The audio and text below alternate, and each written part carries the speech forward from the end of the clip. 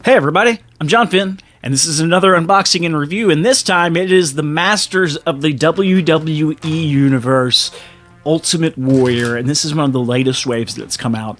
I was really excited when this went on sale at Walmart.com, and I was able to get it for just regular price, which is about 15 bucks, and that's really friggin' cool. We're going to be doing a review later of another one of these, and I'm not going to tell you which one it is because it's going to be a surprise. But you can see here on the back we've got just a little bit of artwork in the old Masters of the Universe style with Ultimate Warrior. It looks like a little drop pod from where he came from his planet. It kind of looks like R2-D2 type thing if you don't look too closely, like he's got a little robot companion. And I really would have liked that. I don't know. Maybe that's just me, but I think that would have been a fun little addition for the Ultimate Warrior. But let's get this bad boy out of his package, and let's take a closer look at him. And it just peels right off the back here. Opens up real easy. And as always, you do get a kind of mini comic. The difference between these and the Masters of the Universe Origins is that you only get really just a page of mini comic there, which tells a brief story featuring most of the figures from the line. No, actually, just a couple of the figures from this line. I've got the Evil Lynn, Stephanie McMahon, plus Ultimate Warrior. Macho Man's from another wave, and I don't see Goldberg or Kane in this, so hopefully they'll have their own little mini comics. But we're just going to put that aside right back there, and let's take the Warrior himself. Oh, and as we take it out, we notice he has this cool cape. I didn't know this would be packaged separately. I kind of like that more than sticking the cape through awkward plastic. Oh, that's cool. It's got kind of a fur texture to it. I like that a ton. That's got some neat tooling to it, and it's got kind of a bone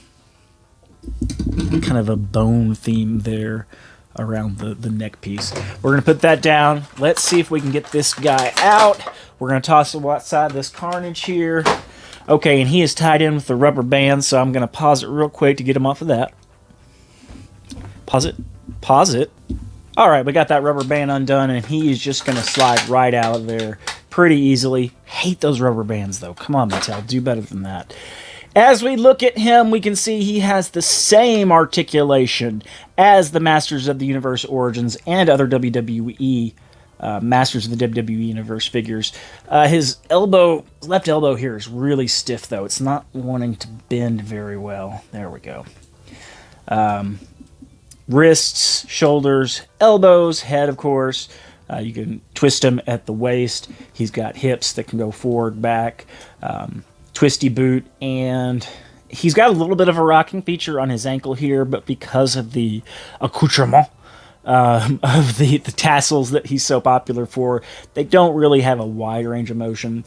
The armor can come off. That is pretty sick, so we could put it on that Clamp Champ if we wanted to and have him be a part of the Warrior Nation. To put his little cape on, we're going to take off his head. This is the one accessory he came with, was the cape. So we'll get that on him. Pop his head back in joint. There we go. And there we go. We got the Ultimate Warrior there. The cape is kind of heavy. He doesn't really like to stand with it on, so I'm going to have to kind of lean him against Castle Grayskull here. Let's take it in for a closer look on him, since he doesn't really stand on his own. Got cool face paint, very reminiscent of the Ultimate Warrior's face paint, but kind of a little bit more tribal. It's got the black and white instead of all the colors that he's used to wearing. And mostly black and red and white accessories in terms of the colors instead of the crazy colors he liked to wear. It does have the cool little wrist guards that come with the He-Man figure and 2 fist sculpts instead of any kind of open hands, since he doesn't come with any additional accessories. This is a pretty cool guy. I really suggest him if you are a wrestling fan or specifically a fan of the Ultimate Warrior, since he doesn't come with that much that you can do with the other figures. He does have this cool cape and the armor, but he doesn't come with any kind of weapons, which is a little bit of a letdown, but he's still really cool looking, and I'm really looking forward to incorporating him into my displays and play sessions, to be completely honest with you, because, that's what I do. That's how I like. That's how I like to do things. And you know my motto. I hope this gave you an idea of whether or not you want to get into the kind of this line.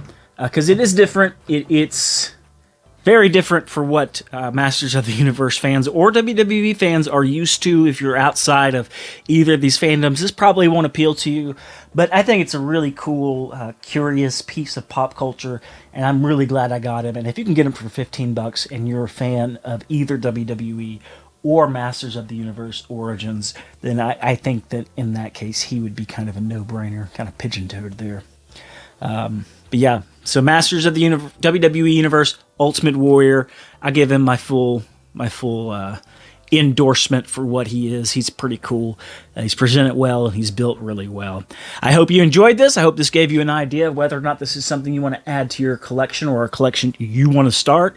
And whatever you do, however you do it, that's the right way to do it, and don't let anybody else tell you otherwise. As long as you're not telling anyone else to collect or do the things the way you do them, do the way they make you happy, and then go from there. Until next time, and it's not going to be very long, I'm John Finn, and I'm out.